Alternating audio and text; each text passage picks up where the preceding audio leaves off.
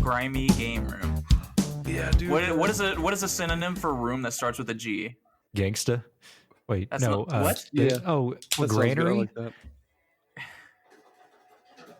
Maybe. Ground. It's the grimy gamer grounds. I don't think so. It'll be fine. Hello and welcome to Gaming Together, Cooperative Podcast. I'm your host, Phillip, and I'm here with my co-partner, Nave. Each pod, we play through a cooperative experience, then relay to you, the listener, if this game is the creme de la creme of co-op or something better off playing solo. Hey, Nave. Phillip, what do you think happens when we die? Do you think there's an afterlife? Yeah, see, here's how it works. Basically, our souls go up into a great keeping ground, waiting for the final Phillip, day. we have a guest. Oh, yeah, we do. We have one half of the Super Podcast Saga, or Super Pod Saga. Oh shit, I fucked up. Oh, it's no. Aaron. Hello, Aaron. Hey, it's good to be here after having Nave on my show 5 episodes in a row or whatever it was. Yeah, I heard he was just bashing in your show whenever he wanted to. Yeah, it's unofficial, but me and Aaron are a thing. That's is that true. it? Yep, we're a couple now, power couple. Well, when Nave's not on the show, how about you tell us a little bit about the Super Pod? Yeah, so usually it's just me and Tommy. We'll take turns picking a topic every episode. We'll talk about the GameCube one episode and then go off about our favorite RPGs the next one. But no, usually in the middle of the episode, we'll make up different goofy ads too. Like it'll be some of the most redundant shit ever made or just something completely fucking stupid like sentient eggs or something. And it's a good time. Yeah, we just bullshit about games, and that's Super Pod Saga. Now, Nice. the thing is with Tommy, I don't believe he actually exists. I don't think this is a real person because I've never actually seen him or interacted with him, even though so I think he might not like my controversial opinions about 9/11, Phillip. What You think I Tommy- don't even know. I don't know what your opinions are about that. It's come up multiple times, but we've never actually discussed our stance on it. Well, that we'll save that for another episode for the 9/11 co-op multiplayer game on Steam. I'm sure there's Nice. one. There's got to I'm looking be. forward to that one. Which we are a cooperative gaming podcast. Aaron, I don't know if you're familiar with us, but we have a notable co-op question that we ask about your notable co-op memory. Do you have a memory you would like to share with our dear co-op listeners at home?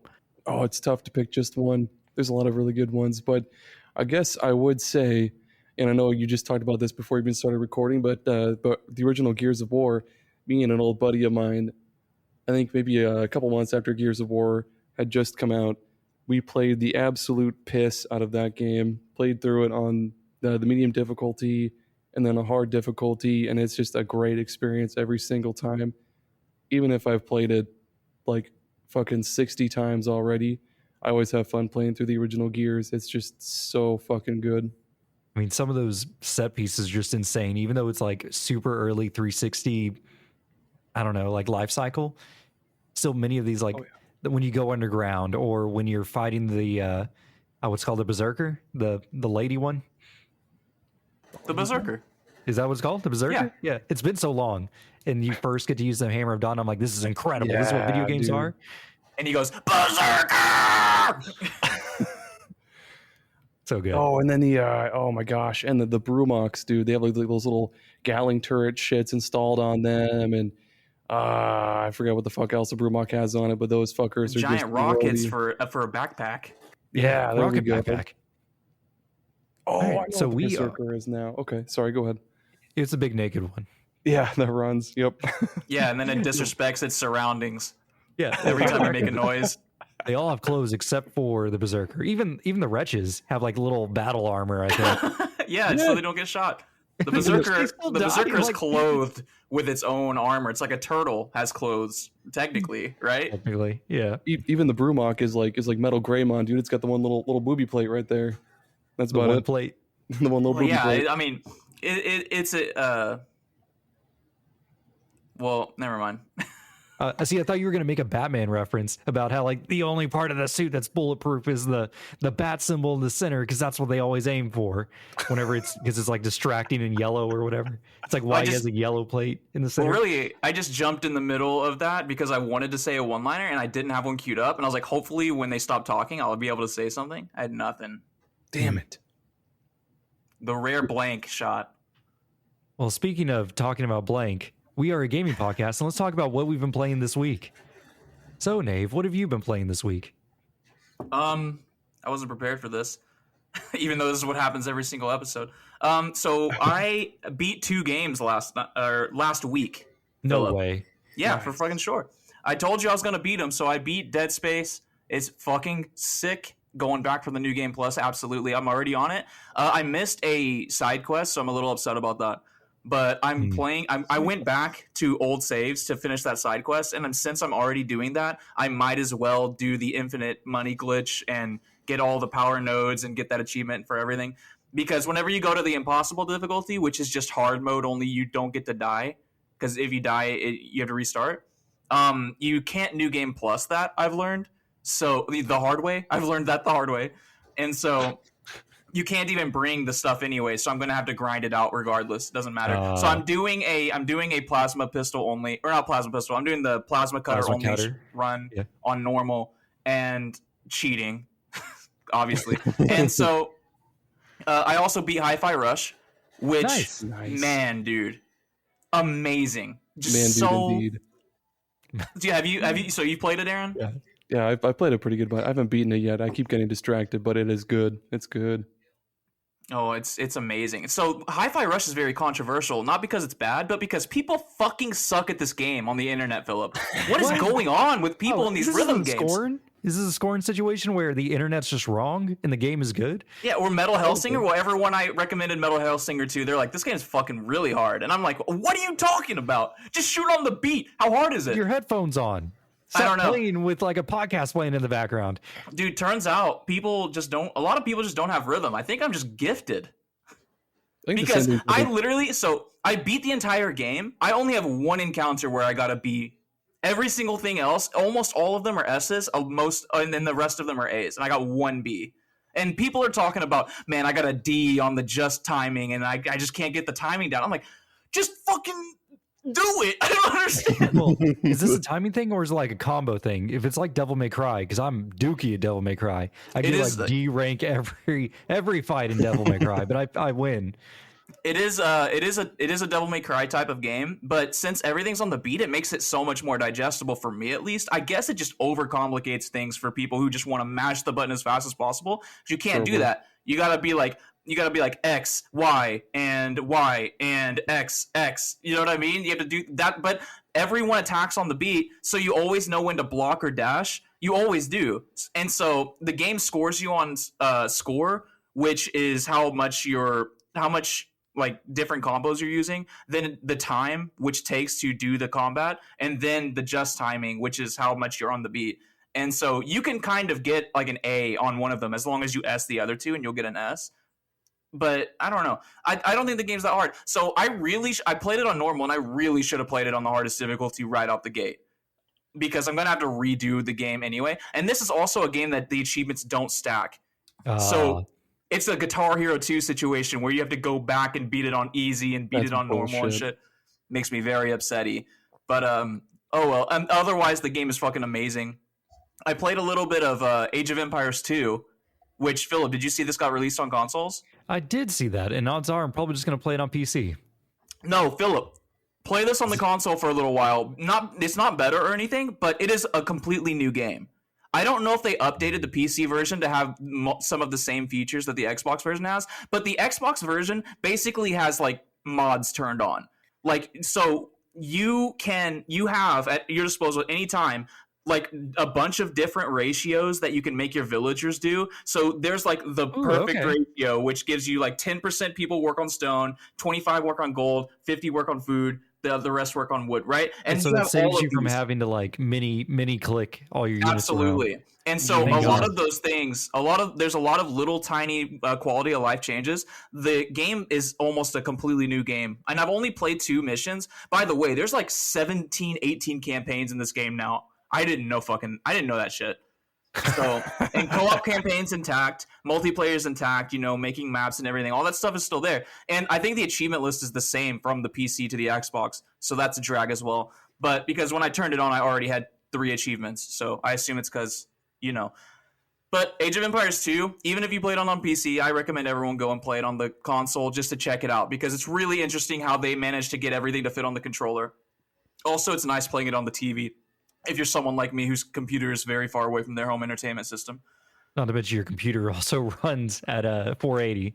Oh yeah, 480 10 frames per second watching Microsoft Paint. Yeah, it's trying. It's trying. Dude, that's other my than laptop. Definitely. I have been playing Hogwarts Legacy. This is what I want to hear. Tell me about Hoggers, because I came home from today from work, whatever, and Jana had it installed on the Xbox. So she got it? Yeah, she purchased it behind my back to play old Hoggers. Dude, let me tell you, the way I would describe Hogwarts Legacy. Have you played any of it, Aaron? No, and honestly, I saw it written down in this in your thing as Hog Leg, and I was really hoping there would be an actual game called Hog Leg, but no. Please go on. Please describe. No, that's what the hip, cool, young hipsters are calling Hogwarts Legacy. I was going to say, did we actually say the title? It's Hogwarts Legacy. Oh yeah, my fault. Did, yeah. Okay. Hogwarts Legacy. I would describe this game like a collectathon. So I would say it's like Spyro the Dragon and The Witcher had a baby. And what this game really nails is exploration. And the gameplay loop itself is like 7.5 to 8, kind of like range, that kind of where you would expect a AAA game to be.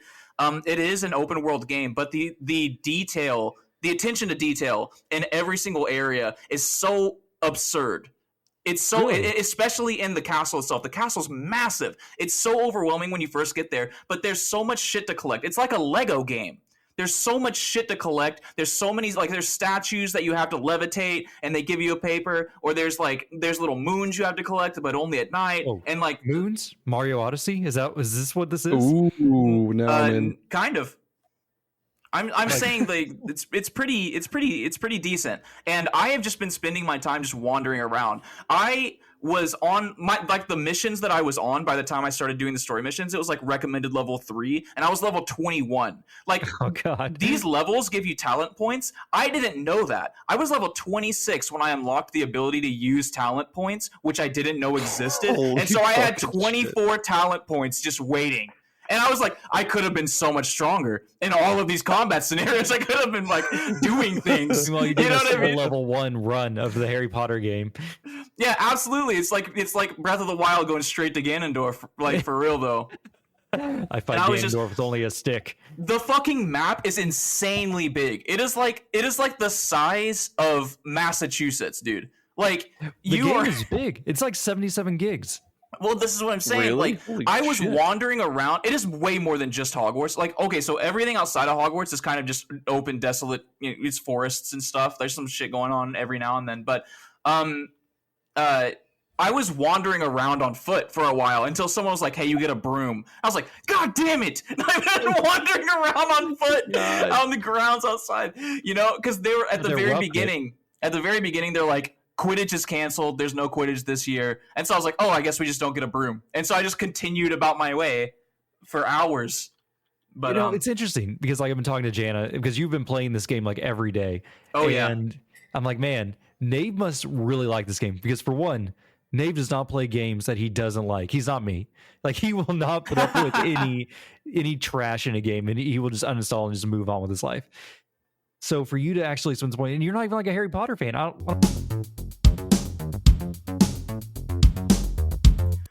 And we're back, and nothing happened at all. Yeah, we were attacked by Death Eaters while we were eating chocolate in the subway. Aaron was assassinated, unfortunately, but we got a homunculus that kind of vaguely impersonates him, and we're sending word to his family as we speak. All right, so I don't remember what I was saying, but I was talking about basically how you don't give a damn about the Harry Potter mythos.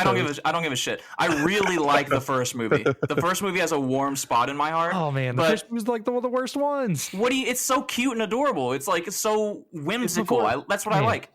Things get crunk about book. Get crunk. Well done. Or Prisoner of Azkaban when things kick off. But before that, it's just Scooby-Doo mysteries, and I'm not about that. Let's play life-size chess or something. That type of stuff. I love chess. Dude, it's just because there's chess. Dude, there's this I'm Slytherin, by the way. I turned out to be Slytherin. There's like two Piggy snake questions. mode.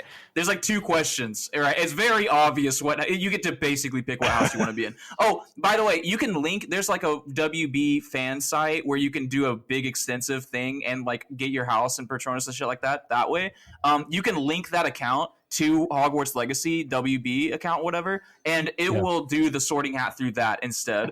But if you do it in the game, it's bare bones. It's very obvious which one's which, right?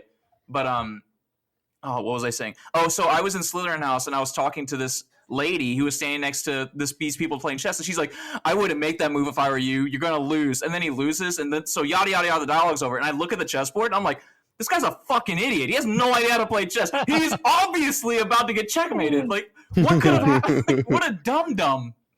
Typical fucking Anyway, Hogleg is Hufflepuff. good. What house are you, Aaron? What Hogleg house are you? What do you I don't identify know. with? I'll take the test here in a little bit, and then we'll figure it out. I feel like I'd be a fucking Hufflepuff because I'm so forgetful and fucking stupid sometimes. I don't know. So every single house, you run into a lot of different there's a wide cast of characters of like students running around that you interact with, kind of, and everyone there's just seems to be kind of like a different sprinkling of personalities in every house. Like one house is dominated by mean. Like I thought Slytherin was the evil people. That's But what I thought so too. There's like a blind dude in Slytherin, and he's like just chill. And I'm like, whoa, a fucking blind wizard. How does he get around? And then I was like, oh, I'm stupid because he's magic.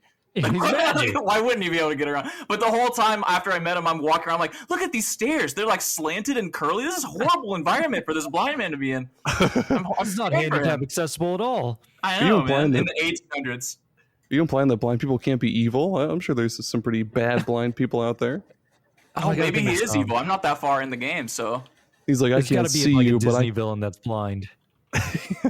like I can't see you, but I fucking hate you, and I want you dead or whatever. He just. I smell it. God. All right, Aaron, what have you been playing? I started a good bunch of Hi-Fi Rush, but then I got distracted because I need to finish Castlevania Symphony of the Night because it's just too much fun to explore that big fucking classic. castle. It is, and then I just get overwhelmed by how much of that fucking castle there is. Like I'll find 60 fucking little relics and level up my sword familiar guy. Then I'll be like, well, I guess I'll watch King of the Hill for like 5 hours, and then I also kind of keep going back to Yu-Gi-Oh! Master Duel, even though I keep getting my ass kicked in it. And oh my god, What kind I of was deck do this you run? I was this close. I've been using a Libromancer Crystal Necros Beast. deck. I don't know what Crystal that Beast. I was this close Are we to talking about getting Magic the Gathering? No, we're talking no about Yu-Gi-Oh! Yu-Gi-Oh! Master Duel. Yeah, Oh. I was so close to platinum rank, and then I lost fucking 6 matches in a row, and then I got so depressed and stopped playing. I don't know. I tried to play Master Duel whenever it came out on Xbox or whatever, but I think I'm just too far beyond or behind the curve when it comes to Yu-Gi-Oh! At this point. Dude, if you Because haven't played Yu-Gi-Oh! In 6 months, you're too far behind the curve. There's already 2,900 cards that got printed with the entire like holy scriptures written on them. The fucking Rosetta Stone. there's so many card effects and they have so many keywords. And it's like turn 2, somebody will like summon 3 cards to the field, sacrifice them all, XYZ them into a synchro. And meanwhile, I'm still like trying to do a tribute summon or something. Dude, Like, it makes me yes. so pissed off because there's the one account on Twitter that every now and then they're like Yu-Gi-Oh! Better tag gaming together, and there was like monsters in the Magic Zone, and I'm like, what the fuck is Yeah, going the on? pendulums, dude. It's so different now, Pendulum, dude. that's There's the other one. yeah, there's pendulums, there's link monsters. It's so I'm like not listening to you guys. when I first started Master Duel, I was also very, very lost because it's so much more fast paced. Regular trap cards are basically obsolete now. It's all about what are called hand traps, and it's bullshit. We're not talking about Yu-Gi-Oh anymore because fuck I it. mean, instance from the hand. Yeah, basically there's we're talking about it now, I guess. Again, there's cards like what infinite impermanence and just like a bunch of other bullshit that you can play from your hand during your opponent's turn to like shut down their combos and shit. And it's like all the new archetypes are just bastards, because they'll basically play solitaire on their turn for like 15 fucking minutes, just monster summon, monster summon, and then and then when I'm not furiously beating my head against my fucking desk after losing 6 matches in a row in Yu-Gi-Oh, you'll also catch me playing Backpack Hero, which I just started this weekend, and that's good. And fuck Yu-Gi-Oh, fuck it. Yeah. What's Backpack Hero? I've never heard of this one. Oh my god! So it's everything you know and love about the inventory management of Resident Evil 4, but it's a turn-based roguelike RPG. Yeah. I think I've seen this. I think I shouted this out like 3 or 4 episodes ago, Phillip. I didn't know the name of it, but I saw it in the store, and I was like, "This is just Resident Evil 4's inventory." Yeah. Is this the whole game? And then I just inventory the game is what it looks like, with cute little animals, and like there's different little characters. Each one has their own special ability. Like my favorite is this little bird guy who he can charm enemies and make them fight on his side. And then basically there's just there's different swords and instruments and accessories and shit. And depending on where you place them, like certain items will synergize well with others, whether they're adjacent or diagonal or whatever. And it's basically like Darkest Dungeon, but less choke fucking and more cute animal pixel sprites. And it's pretty fun I think it's like $16. It's pretty fucking fun. I'll have to add it to my wish list. So you're saying it's not as fun as Darkest Dungeon? It'll make you wanna eat less gravel. That's for sure. God, that Darkest Dungeon pisses me off so much. So brutal. It is. So Phillip, what have you been playing? Oh man, speaking of brutality, I've been playing some more DJMAX V, and man, that game, I'm so close. I'm like level 97 or something. I'm almost level 99, and then I'm gonna call it good. But I don't think I'm gonna stop playing it because I'm getting entrenched at this point. I've moved on from 2-key to I moved on from 4-key to 6-key at this point, and I'm just getting better at the game every day. I play every day, like 10 songs at least. I'm just gonna buy you a Guitar Hero guitar. Okay. Just play Rock Band. But man, when can I? But then I can't play because now that you've like helped me see which songs are like the better songs. Like I go in there and I'm like, oh, there's Popstars, there's Sad Machine, there's Bleed, there's like I'll just like pepper them all in, and I'm like, man, I'm getting good at this. All of a sudden it's like, maybe I'll just play on hard first time, and then I play it and get like a max combo, and I'm like, maybe this game isn't as hard as I thought it was. From our, it was like last week. I was like, man, this game's so brutal on hard difficulties. I'm getting good. My fingers are getting faster, and it killed me because like I came home and I saw that Jana had installed old Hoggers, and she's like, yeah, I got Hoggers, and I'm like, tut, buying Hoggers. New games. Yeah, and she's like, yeah, we should play whatever. I'm like, yeah, well, we can definitely play it. And then I plugged in the keyboard and I started DJMAX. So I could play some DJMAX. And she's like, you'd rather play DJMAX than play Hoggers? And I'm like, yeah. Well, it's better than Power Wash. And then, of course, after I finished playing Power Wash ain't that bad. I gotta pull it. It's Power Wash. If you want to talk about a bad game, talk about stupid Hot Wheels or whatever, because I've been playing that too. And at this point, playing without me? Yes, I've been playing the story mode because I'm like, maybe this will be an easy game to finish. And I'm playing the story mode, and just every level, I'm like, I hate this. I hate this. I hate this. It sounds like a skill issue. No. Phil just had an aneurysm. Save it for the episode. Like if this was an anime, I would get like multiple of the veins popping in my forehead at the same time.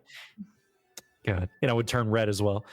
Speaking of anime, the other game I'm playing is Bayonetta 3. Aaron, are you familiar? I have not played Bayonetta 3, but I love the first 2. Okay, I didn't play 2, so I'm definitely getting a time jump of a lot seems to have happened.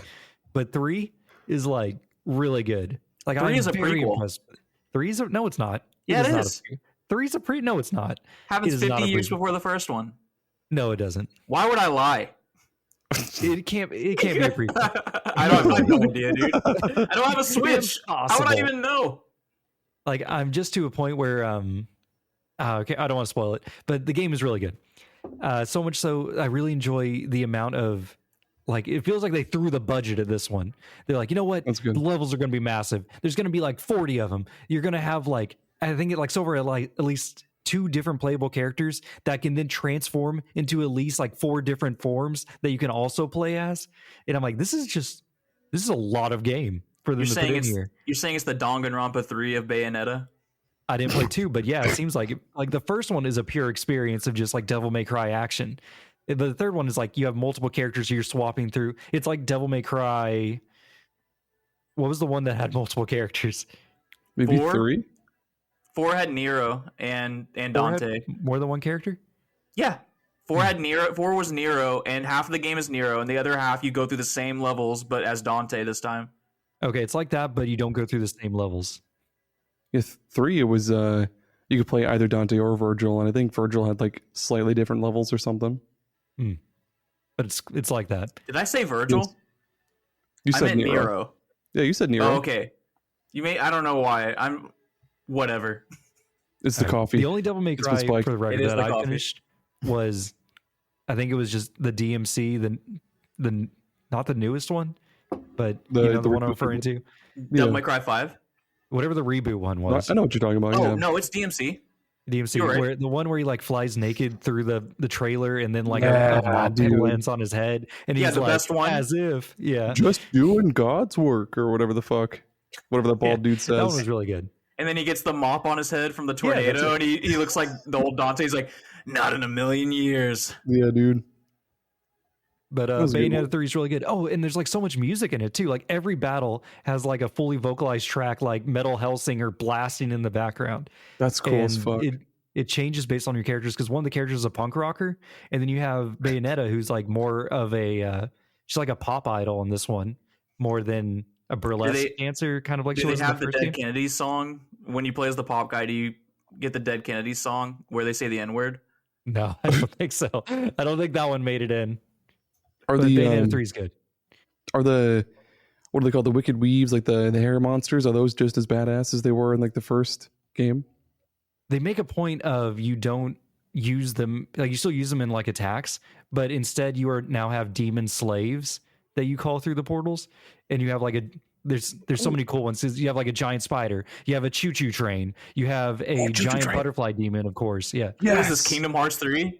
Yes. It's better. It's better. Well, the thing is, like, it's like multiverses of madness. So you're going through many multiverses, and you bump into Chinese Bayonetta, who has the choo-choo train. The Or Chinese? I think she's Chinese. Is like Imperial Bayonetta, and she dies, but she gives you the choo-choo train before she dies. Holy shit, Zimbabwe Bayonetta or something. Like, oh shit. Like, that's awesome. The whole game is basically things are disintegrating and you're putting it together. Meanwhile, Nave is having a house party. Yeah, there's a lot of shit going on. I don't know how much is going to get picked up on the microphone, but Phillip, I trust you edit it out, which you can't obviously do.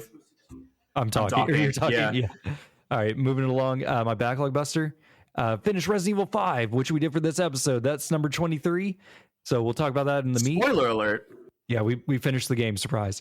But the other game I finished is Batman: The Telltale series, season 1. Nice. I mean, it is some dookie. What? That game is. Ooh. Have you played it? Yeah, I played all the Telltale games. Even the Batman ones? Yeah. Do you remember season 1 of Batman? Yeah, I do. It's the one that where Joker is in it, but he's not like he's not the Joker yet. But he doesn't matter. Yeah, he doesn't do anything. Yeah, he's in the second game. All right, who's the villain then in the first one? Let me prove to me that you remember this game at all. It's a good question. Oh my god, you can't there were 2 villains. It's like, Is it Zaz one of them? he's a side character that shows up for 2 minutes and then you punch him in the face and knock him out. Ooh, just like the Arkham series. Yeah. I guess that I is guess the so, role. yeah. Is that Zaz's role is just get punched out in the first like 5 minutes of every game? I mean, he's just a he's guy the with a Millhouse knife. of Batman. Is it Sorry. Penguin? I'm just Nope. gonna go through all the. I don't know. Well, Penguin is there for like 2 minutes, but he's just a side character. He doesn't matter. The main bad dudes are Two-Face and Lady Arkham. Wow, I really don't remember this game. Yeah, that's what I'm saying. It's like the first because I don't remember how many hours it took me to beat this game. Like the 6 or 8 hours it took to finish this game. It's usually 8 hours for each game. Yeah. The first 4 episodes of the game were waste of time. Nothing Really? critical happens in those first 4 hours. It just basically establishes the universe and the characters. And then the fifth one is like, yo, things are happening real quick. We're going to take down Two-Face. We're going to take down Lady Arkham. We're going to reveal Batman's secret identity. But then the person who reveals it to conveniently dies. Wink, wink. And Nice. God, I don't know. Waste of time. Don't play it. I just remember that the Joker was like a likable dude the whole Yeah, time. That's all I took out of it. Well, in the story, basically Two-Face makes Bruce look crazy. Or no. Oh, God, I forgot how it went exactly. See, now I don't remember. Oh, that was it. Bruce gets poisoned by Lady Arkham with some kind of like madness drug. The same drug that screwed up Two-Face and made his darkness come out pretty much. And he uses it to basically beat the Penguin almost to death. And As one does. As one does. As Bruce, not as Batman. It would be okay if he was Batman, but since he was Bruce, it was bad. And it got him sent to Arkham, where he meets the Joker, and the Joker helps him escape. But yeah. Sounds kind of cool. Batman. Nice. It does sound cool, but it was not cool to play. In fact, it was very boring. There are multiple points where I tried to skip the cutscene, and then I realized the whole game's the cutscene. Classic Telltale. Yeah. And you just walk away to go that's piss my whole for backlog. More. Nice. Yeah. That's 24 out of 100. I'm almost a fourth of the way through my goal, and it's only February. Looking pretty good. Looking like a try-hard. Yeah, I'm trying really hard. Nave, what did you buy? Nothing. I spent my buy-in budget on groceries. I have a sponge now, loser. Phillip. A sponge? Ooh. Did you Yeah, get I the sponge. classic green and yellow, or what'd you get? Yeah, green and yellow. And I got Green steel and wool. yellow. Represent. Oh, yeah. That's the best sponge. Yeah, Get I'm that moving up. Get that fucking pasta sauce off of there with that steel wool, dude. Yeah, I also Unless bought it's a the- bunch of like cookies and like cereal bars and shit. But now for the past like 4 days, my stomach's been upset because I keep eating all of it and getting like very close to sick. Like I'm really close to like, if there was a toxic meter like in Dark Souls, I'm like really close to getting fucking toxic. You know what I mean? Yeah. Jesus Christ. It's like It's Always Sunny where Charlie, he eats cat food, huffs glue, and drinks beer so he goes to sleep faster. Makes himself sick so he Yeah. goes to sleep faster. Wait, you guys don't do that? Well, no, All you the have to time. do it because the cats show up. There's like and you can't 100 cats sleep. outside. Yeah. It's so bad though because I'm like shitting rabbit pellets that are like Crunches, Captain Crunch berry colored. You know what I mean? I'm like not getting any of the nutrients. It's just going right through me. Holy God, shit. it's another Sunny reference of like, would you like to try some blue? And he just has blue in a pot. Dude, it's sunny, man. So good. Fucking good. Oh. All right. So at this point, I want to thank our patrons. Insane Cracker, Nick and Knight, Hopple, Michael Superbacker, and the Pinecone. Thanks, boys. We couldn't do without you. Currently on the 15th, we have our Hades episode. Should have been released by the time you're hearing this, dear listener at home. But Aaron, we have a Listening Together sideshow where we review video game OSTs. Is there a notable video game OST you would like to recommend to us? Besides the Dicey Dungeons one, I get to pick another one? Yeah, besides the one you already did. Oh, there's so many. I think I mentioned this in that episode too. I'd say Bomberman Hero. It's got a fucking bumping soundtrack. There's lots of bass, lots of little quirkiness to it. I think it's pretty lo-fi in some points too. Yeah. It's good. I remember now. You were supposed to link me videos, and you never I did. linked you one. I'm pretty sure there. Oh yeah, go ahead. Oh, Go Control F. I'm gonna link another one real Let me fast. Hang scroll on. back a month. Yeah. 2 months. While he's doing that, we'll talk. Since we're talking about the Patreon, one of our patrons wrote in They did? with a correction. Phillip, we got Oh, corrected. no. You mean we were wrong by about something? Hubble. Yeah, he's doing it from the bottom of his he heart. linked it. Okay, for the record, dear listeners, Oh, home, he no. did link it. Nave just didn't watch it. It turns out I just don't read my fucking messages. Who would have thought? That doesn't sound like me at all. I read every message I ever get. Hopple, speaking of messages, Hopple wrote in and said, on True Achievements, if you want to see the Xbox percentage, you just click on the achievement and it's just right there. Come on. And yeah, I showed it to Phillip, and sure enough, we're fucking dumb. Yep. We're just really dumb. Just be like that. God damn it. All right, so before we go to the Twitter, one more thing. I want to talk about the Oreo thing. On Defining Duke, I wrote in, and for the first 10 minutes on Defining Duke, which is one of the biggest Xbox podcasts, I wrote in about how I microwave Oreos. to melt them a little bit. And This sounds they weird. roasted me. They microwaved my asshole for like 10 minutes at the beginning of their show. And it was really fucking funny. So I want everyone to go and check them out. Also, their show is fucking tight. So, Not sponsored. but do you have any like really goofy like food hacks that you guys do that no one else does? Like something. That dog is losing her goddamn mind. I'd say the only food hack I have, it would be something I learned from my dad, which is, I don't know, Aaron, if you've ever seen the canned chicken Oh hell they yeah! sell. Yep. Yeah, like you make we would make chicken nachos by taking the chips and you just spread the chicken spread on the nacho, and then you coat that on with like a big old thing of cheese, and then you could just like throw that in the oven for like 350 for a little bit till the cheese melts, slightly heats up the putty that is the chicken product. And we would just munch on those all the time, usually with green chilies. I actually ate this a bunch. Yeah, it's so good. It looks like cat food. For the record, it looks disgusting. It does. It's real gross. That makes me think of the pizza sandwich. Do you guys know the pizza sandwich where you just get two slices of yeah. pizza and fold them into each Hell other yeah. like they're a calzone? Hell yeah! Right, Aaron. You got any? Oh, I'm racking my brain really hard, but I don't know. I mean, Oh, you a normie food eater? I don't. I mean, there's got to be something weird I do, but I just my fucking smooth brain won't allow me to think of it at the right now. But I guess You just don't want to get roasted. I get it. Describe the prime cheeseburger for you then. How about that? It's only got one bun on it, right? Mayonnaise? Do you take one bun off? Because it's too much. When you eat a cheeseburger and it's two buns, that's too much fucking bread. This has been No, a Like, what's subject. going on in your stomach? no, you can have two. Yeah, that's what I do. I do two. Yeah, just put everything on it, man. Everything on it. I don't give a shit. Yeah. I'm about to kill my dog. About to be dogless. Douglas. I'll Anyway, hopefully more toward the middle of this episode, I'll come up with a food hack.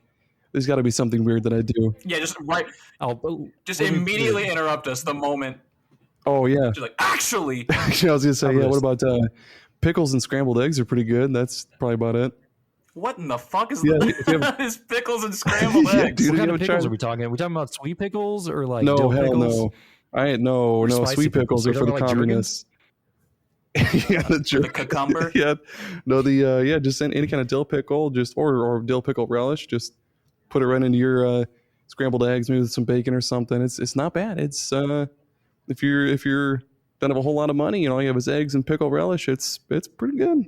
It doesn't sound that bad. I mean, like Sounds with like a cheese, it just omelet. sounds like a. But vinegar. I was gonna say, you know how like they make cheeseburgers with egg on it? It's just without the burger, right? Like, what else is on a cheeseburger? I don't know. It's like that. How do you guys I don't think that's great. It's that great. how do you guys feel about pineapple on pizza? Yay or nay? I'm a yay for sure. I'm a hard I neutral. don't even eat pineapple. Period. Like- Pineapple feels like if you were eating a wet sock. You're banned from the show Like now. that's the texture of You're pineapple. banned from Super Pod Saga now. I'm banned from my own show. What the fuck's Just, going no, on? just kidding. It wasn't the microwaving Oreos. It was I think pineapple's gross. That was like I wasn't even That's just got hit by a That's like stray. my I don't know. I'm favorite just tired of the fruit, bro. sweets. I don't need my sweets on the savory. What I think it is. that makes sense. Yeah, you got me there. You don't like peanut butter and bacon shakes? No, I don't. But I don't think I've had it, so it's hard for me to take a hard You should stance. try it. It's so weird. 'Cause I used to work at Sonic, and we would always make fun of like the weirdos who would order peanut butter and bacon shakes. But then we tried it one day, and it's surprising how completely different the flavor of bacon or peanut butter is. They are in their own universe. So it's like you're drinking a peanut butter shake, and occasionally, oh, it's bacon. And there's no more peanut butter. You just taste bacon, and then you're back to peanut butter shake. And it's like, why did this doesn't Alright, can even? we reel I don't back? even know what the fuck I'm You doing. mean there's people that Yeah. order peanut butter bacon shakes? Yes. Oh, wait, follow up. How do you make a peanut butter bacon shake? Do you just put a piece of bacon in? we get a bacon. We get a bacon. Just And we, bacon. we fucking smash it a lot. And then we throw it in the shake. Yeah, that's all we do. Just stir it up. It's like when it's like Nerds and Oreos and, So and it's like a Reese's. It's the topping. same procedure. Makes sense. Can I get the bacon It's in mixed this? in, Mine's yeah. slushy. Yeah, we got bags of dog treats in the back, and we just throw them. In. I say we as if I still work there. All right, Nave. How is the Twitter for Resident Evil 5? Oh, it's bumping because we were supposed to record yesterday, so we got an extra 24 hours, which was cool for us because I usually just fucking forget. Yeah. So what do the dear listeners at home have to say about Resident Evil 5? All right, so Knights of the Living Podcast on Twitter at Night of the LP says Resident Evil 5 is an underrated banger of a game. Underrated? This game is... I would say this game is just rated. Yeah, I think it's right where it belongs, actually. It's very interesting. I think I say it's overrated, but we'll talk about that later. damn. I still love you, Night of the Living Podcast, someone who I don't know if we've ever interacted on Twitter, but thank you for the write-in. He's awesome. Yeah, I'm doing an episode of that guy pretty soon, Thursday, I think. Whoa. I might have. So I just learned about Twitter, the Twitter analytics page. Do you know about this? We're talking about it anyway, Phillip. I said we should talk about this. You can go to analytics.twitter.com and then sign in there. This is not a scam. This looks like a scam. But it shows you all your Twitters, all your tweets, and you can go back in every month and look at your best tweet and your best image and stuff like that. It shows all your analytics. Why was I bringing this up? It doesn't matter. Night of the Living Podcast. Anyway, Night of the Living Podcast. Good guys, says Aaron. I don't endorse them because I don't know. All right. So Alejandro at a Random Gamers Corner. Random Gamers Corner is the podcast. At a Random Gamers Co. is their tag on Twitter. Says, haven't beaten the game, but Chris is a crazy dude for not thinking twice about punching a boulder. Kicking down a ladder for my cousin in co-op was always a funny moment. A funny favorite moment of me for Resident Evil 5. And Resident Evil 4, using the broken butterfly for the first time was so damn awesome. And at Phillip's request, I have made another poll. So the poll was, what is your preferred control scheme for Resident Evil games? All right, we got tank, fixed camera, third-person action, first-person shooter, or light gun, fuck you. Those were the answers. Cool. Any of you guys have any guesses as to what won? Unless you already know, then Fixed camera probably won. guess wrong on purpose. I gotta say fixed camera. It's a classic. It's got a... No, yeah, that's hard to say. Neutral. Pass. What pass? No. Neutral pass. You coward. Both of you. All right. So last place was first person, which is crazy because 7 and 8 are they're good. crazy They're popular. spooky as fuck, man. Yeah. 8 is probably like top 3 all-time Resident Evil games for me. I love 8. All right. So, but the second place is tied with light gun, fuck you, and tank controls. So I might have skewed the vote because I put fuck you in the thing. So everyone was like, oh, that's the funny one. I love you guys. All right. And then so that means that third person action won, which means Resident Evil 5's in the running for people's favorite type. Yeah. That's just joking. It's Resident Evil 4, right? And that's And what Resident everyone's Evil 2 probably remake. thinking about. That's what I assume. Like it's the baby of the group that everyone loves. And 4 is coming out soon. So close I can taste it. It's like a peanut butter bacon shake. Oh God! All right, let's take a quick break and then we can get into the peanut butter bacon shake of this episode. The music plays. Boom, boom, boom, boom, boom. All right, do you need a bathroom break or anything? I'm good. Is the background noise being picked No, up? it is, but it's not oppressive. If anything, it makes us feel like we're in a nice cafe and there's people having coffee in the background. They're having shakes, I was dude. thinking more like I was in some kind of existential war zone. Like you could just hear gunfire and explosions from Halo and shit. God. God, that just makes me think of current disasters like Ukraine and the earthquake.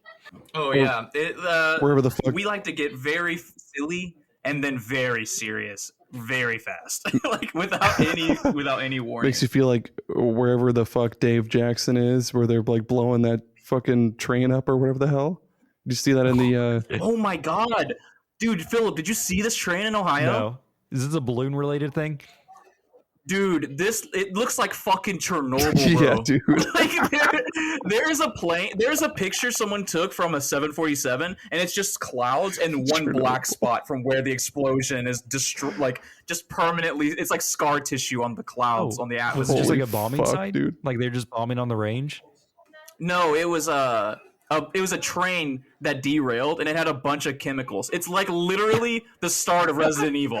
Like, it's not funny because there's gonna be millions of people get cancer probably from this, but Yeah, because like they were instead of waiting for it to explode or ignite on its own, they decided to do like a controlled burn. But yeah, exactly as you described, it's like fucking Chernobyl or like what the fuck is it? What's the next Cloverfield? The second one, those like fucking alien Cloverfield dudes. 2. Yeah, we'll go with that. Yeah. Section 8 It's or like something. it's like fucking Was 40. It's like 69 Cloverfield Lane or some fucking shit or something. Yeah, I don't remember I what the haven't movie seen was. any of them. So there's this one time, as a kid, I was with a bunch of people, right? I moved around a lot as a kid. I was playing with this new group of friends. We were playing like WWE or WWF, like Warzone, I think, with Stone Cold Steve Austin on it on the Nintendo 64. And while I was fighting one of the kids, the other ones were like, "Hey, Austin," that's my real name, Austin. "Hey, Austin, would you rather look at a playboy or a playgirl?" And me going, I don't know. I'm like a 10-year-old. I'm like, I don't know what any of these are. So I'm like, what is that? Any of those? And they're like, oh, you don't know? And I'm like, oh shit, I better know. So I'm like, play girl? Like, I don't know. And so I chose the blue, and I was humiliated. Destroyed. I was devastated. Just like that train. Yeah, fuck that train. Just like the train in Iowa or whatever. Fucking. I think he's in Ohio or some fucking shit. Chernobyl now. I don't know. That reminds me of my cousins would always do this thing where it's like, do you like girls? And you'd be like, well, yeah. And then they'd be like, well, I guess that makes you a lesbian.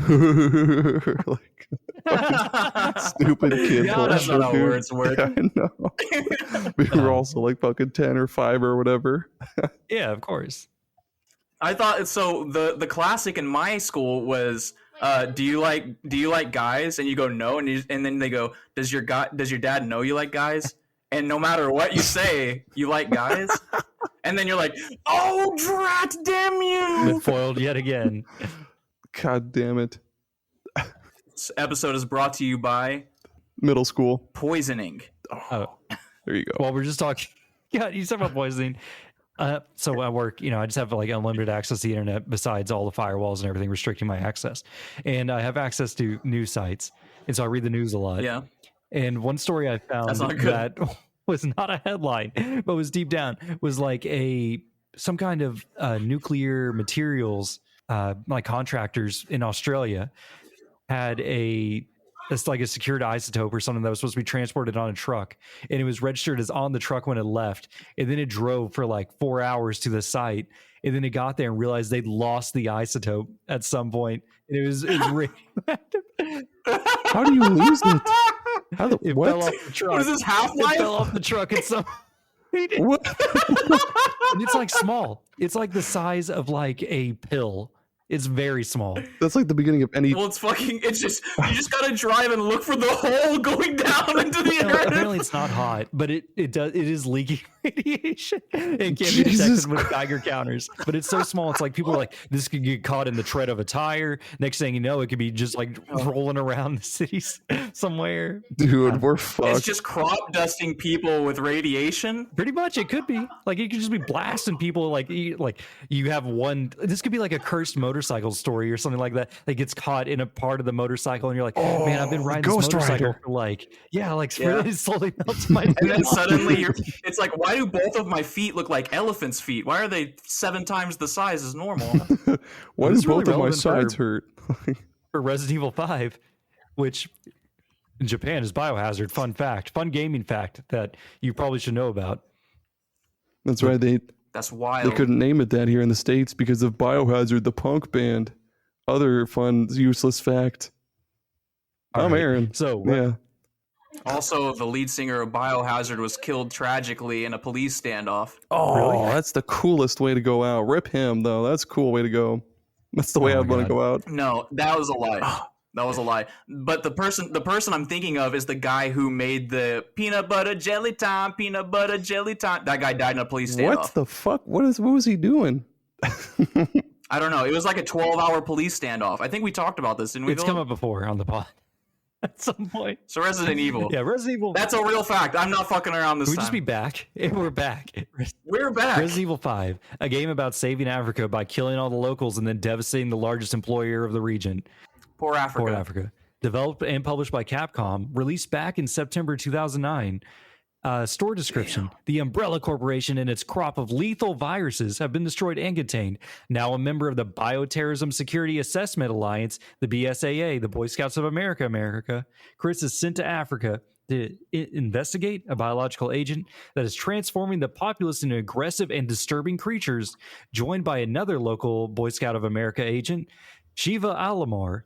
The two must Boy Scouts of America.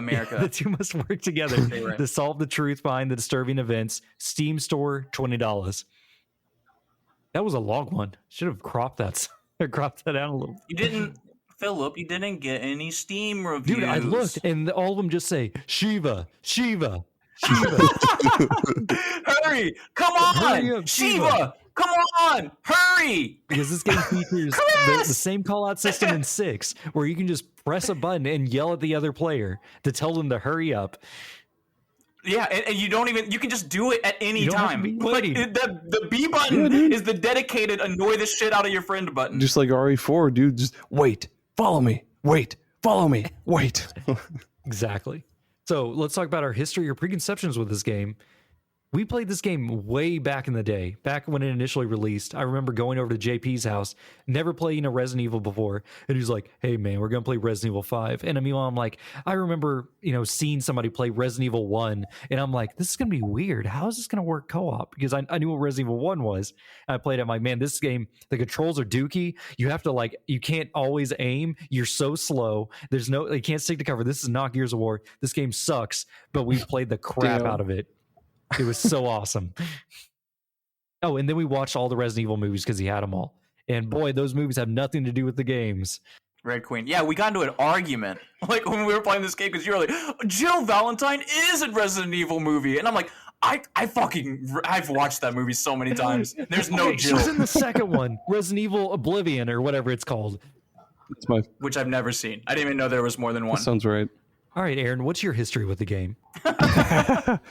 I also played it maybe a year after it came out, but I've played it numerous times throughout the years just because it's fun to go back to, especially like the Mercenaries mode is really, really fun. But my brother-in-law and I, we recently played it maybe like a couple of years ago. I guess that wasn't recent, but we played it a couple of years ago. And yeah, it's still so much fun just being like, hey, bro, do you want this shotgun ammo because you have a shotgun? Or hey, bro. Oh, my God. And then you get to watch Chris make sweet, sweet love to that boulder toward the end. That's always the best part. He does, dude. Which we watched that scene like 4 times because we kept dying. Yep. And Phillip kept dying. Oh my God. We'll get to it. He goes, hiya, and then you go, and you fly, and there's like suddenly like 7 stories of volcano underneath you, even though there is like, where does he go? How far into the air? You're getting to the volcano too soon. Nave, what's your history with God, this game just it wires me up. the worst part is like, what's your history, Nave? yeah. What was the worst part? I was the worst part is like, I think it's part of the whole volcano bullshit where like Sheva almost falls off a cliff, but she's like holding on for dear life, and you can tap A for like fucking 14 minutes, and eventually she'll pull herself up. Like she don't need no man. I was there for that one. So my experience with Resident Evil 5, I think I played it when it first came out, and I was a diehard tank controls, old school, ye old Resident Evil. I didn't even really like Resident Evil 4 that much when it came out. I've since seen the light. Resident Evil 4 is fucking amazing.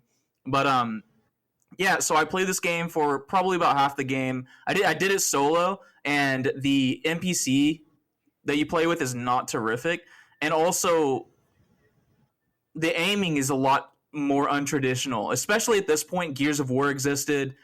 Third-person shooting had been cemented at this point. Cemented. It had been concreted. Yes, cemented. The game's series itself, though, I played Resident Evil 2 way back in the day, and Resident Evil 1, the remake on the GameCube, a little bit later. And yeah, those games scared the shit out of me, but I absolutely loved them. So I had high hopes for this game whenever I first played it. And whenever we came back around to playing it this time around, I have since become a Resident Evil 6 elitist. And so That's a good one. it will come up many times, but there are some things that Resident Evil 6 does better than this game, but Resident Evil 6 gets so much shit.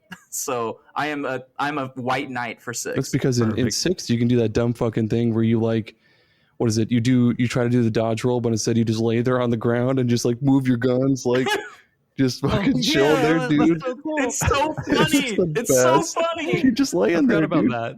Just dancing on the ground. It's great. Good. All right. So this time we played the updated S and X version of the game, or maybe it's just the Xbox One. I'm not sure. But it ran at 60 frames, had all the DLCs and bonus characters unlocked. The only odd quirk about it is in the Xbox guide, it shows the status of what level you're playing in the moon runes of Japanese. So I don't know if we're just... Yeah, isn't that so weird? Such a weird... I assume we're playing the Japanese port, pretty much. What the fuck? Or something. I don't know. It doesn't make any sense. It's weird. Yeah. But that's the only hiccup. Besides, this version is just fantastic, which we paid for with our Patreon money. So thank our dear patrons again.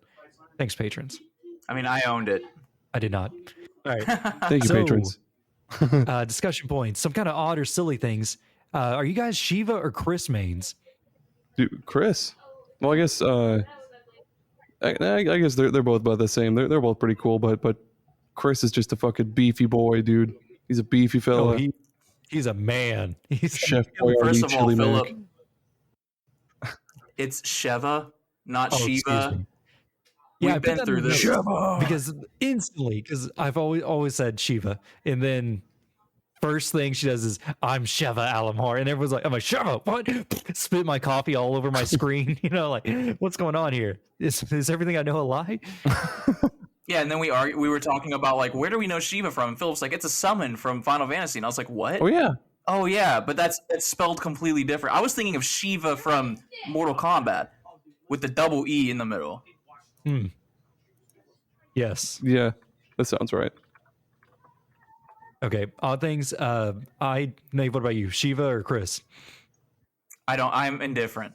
I think I usually play Chris. I think I usually play Chris, but I played Sheva this time. Sheva's left-handed, so that took a long time to get used to. Ooh. In Resident Evil 6, there are left-handed characters, but you can switch shoulders. But as far as I'm aware in this game, you fucking can't. And it drew me fucking insane for the first, 3 fucking chapters of this game. The one thing about Sheva, though, is she's the only one that can use the bow weapon. Oh, yeah! I didn't even use the bow. Where was the bow? Where was that even? You have to beat the game as Shiva, I think, to unlock it. Maybe or something. You know what? I didn't even beat the game because there's a fucking bug. We'll talk about it. But I didn't complete the last chapter, and I went back after you went to sleep, and I had to replay the whole chapter again. By the way, no, really? So I didn't do it. I was like, no, I'm not. I thought if you're the main host, you don't get to choose which character you are. You have to play as Chris until you beat the game the first time. Then you can choose to play as Shiva. Yeah, like once I beat it, it said you unlock Shiva as a playable character. What the fuck? By the way, shout out to my lefties, fellow lefties. Left Yeah, gang. left gang. The scissors don't work for me. That's right. Fuck I Spiral. only use the lefty when I'm looking at Playgirls. Yeah, fuck Spiral notebooks and chalkboards, boy. They're the worst. You have a permanent indentation on your hand. No, I don't use those wrist. anymore. And chalkboards are best because I don't use those. I just drag my fat fucking hand across the board as I write. It sucks. Okay, so some of the other major features in Resident Evil 5 is a nice rat death animation. Oh yeah. Oh right. Yeah. Yeah. We're a big fan of rats on this podcast. Yeah, for some reason. Like anytime we're playing a game and we see a rat, we're like, rat detected, rat alert, low poly rat, and then we zoom in to see if it has like a hitbox, if it has and this one had full on running animations, had pathing, had collision, and if you shoot it, it would roll on the ground and die, but not like the Halo 3 rat, which where they became objects, which would actually roll because they had a round hitbox. This would literally die on the ground. Perfect. Brings a tear to my eye when developers put that much love into the rat The AI. level of detail. Speaking of, what are the rats like in Hoggers? Is there rats? I haven't. There has to be, but I haven't seen them. There's so much. There's a lot of animals running around. There's like a whole side quest where you get a chow garden and you get to collect a bunch of characters. Oh, a Chow Garden. Oh yeah, it's pretty cool. Oh, Yeah, you get to name them, and like you get to there's different animals, but there's also different colors of the animals, and then you get to like make toys and pet them and shit and make them love you. It's pretty interesting. oh, bring back the Chow It's pretty Garden. sick. I don't know if there's a rat though. As far as I'm pretty far in the game, I think, and I haven't gotten a pet yet. So it's like, isn't that a thing in Harry Potter? Don't people? They don't Like always Ron have Weasley has a familiars. rat, right? I think, yeah, like there's a rat, there's a cat. I'm Some, trying to think what I else. think Neville has Harry has an owl. yeah, I think Neville has a toad. Somebody has a toad. Yeah. Yeah, there's definitely It a would toad, be someone toad named detected. Neville. Yeah, dude, Neville Longbottom. God. All right, so major mechanics of Resident Evil 5 is you share ammo / you trade items between inventories. This is pretty smooth when you're in single player, but it requires some communication and is kind of obnoxious in co-op because there's a lot of points where we're just chasing each other where you're like, let me stick my hand in your pocket, like trying to hold it man. so I can give him some shotgun ammo. Or he comes over and he looks at my inventory and he's like, why do you have all this shotgun ammo? Well, my favorite implementation of this game was closer to the end when we were starting to lose our sanity and we wanted to fuck with each other as much as possible. Since Phillip had a grenade launcher, there was a spot where a grenade launcher ammo would spawn, but he didn't have it anymore. He put it in his safe, right? Yeah. And so I would get these like shock grenades, and I would run over and put them in his pocket. He's like, "Stop putting these in my pocket! I need this in case we get a green herb because we're dying in this one level, and I just want this game to be over. And we keep losing in this spot because you won't fucking pay attention." And I'm just like putting more grenades in his pocket, like reverse pickpocketing. Meanwhile, because you were just being a trash ass loot goblin this whole game. You're just running around, skittering, knifing cardboard boxes apart. No, these are like wooden boxes. They're wood. And you just knife them and they explode. Just to pick up all this ammo, which you weren't even using because you were like, I'm going to use a shock baton. I'm going full melee build. Dude, and I'm like, that's fine. I was killing them with the shock baton, dude. And I would have like 200 bullets of pistol ammo, and Phillip has like 15. And he's like, as I pick up another thing of pistol ammo, he's like, wish I had that. God. And which the ammo starts to not matter later on once you get the better handguns and you start doing weapon upgrades. Because it's like, it sucks when a zombie, right in the beginning of the game, we were struggling the first level because a zombie takes 5 headshots to kill. I'm like, wow, this sucks. And then we get a better pistol and all of a sudden their heads explode on every shot, or at least stuns them. So then you can deliver a nice judo kick to their jaw, exploding their head. Yeah, and they're like, Mika Beza, or Oh my God. however you say that. And This isn't Far Cry, whatever we played. I was in my favorite feature of starting with Resident Evil 4 and 5 is the ability to just throw eggs at an enemy and blind them. Like you throw an egg in their face and they're fucking blinded. Oh, you yeah. can come up and just fucking kick them in the chin. It's the best. You got a kill with a rotten egg, didn't you, Phillip? Yeah. I can't remember. I think I got the achievement when you did it. I definitely didn't do it because I only found one rotten egg, and it was there. So there was this one hallway, and there was like 17 zombie dogs that spawned, and then or there were lickers, right? You remember this? Yeah. And so there were lickers, and I ran in because, of course, I was full melee with my stun baton. I was like, running into the lickers, into the heat of battle. By the way, I have like both sets of armor on, so 2 of my inventory slots are used up because I'm running into battle so much. And then the lickers proceed to completely ignore me and just start hitting Phillip, stun locking him with the long range attacks while I'm beating them to death with this fucking stick. And I don't even remember why I'm talking about this story. Oh, I had a rotten egg, and I was like, And then the egg.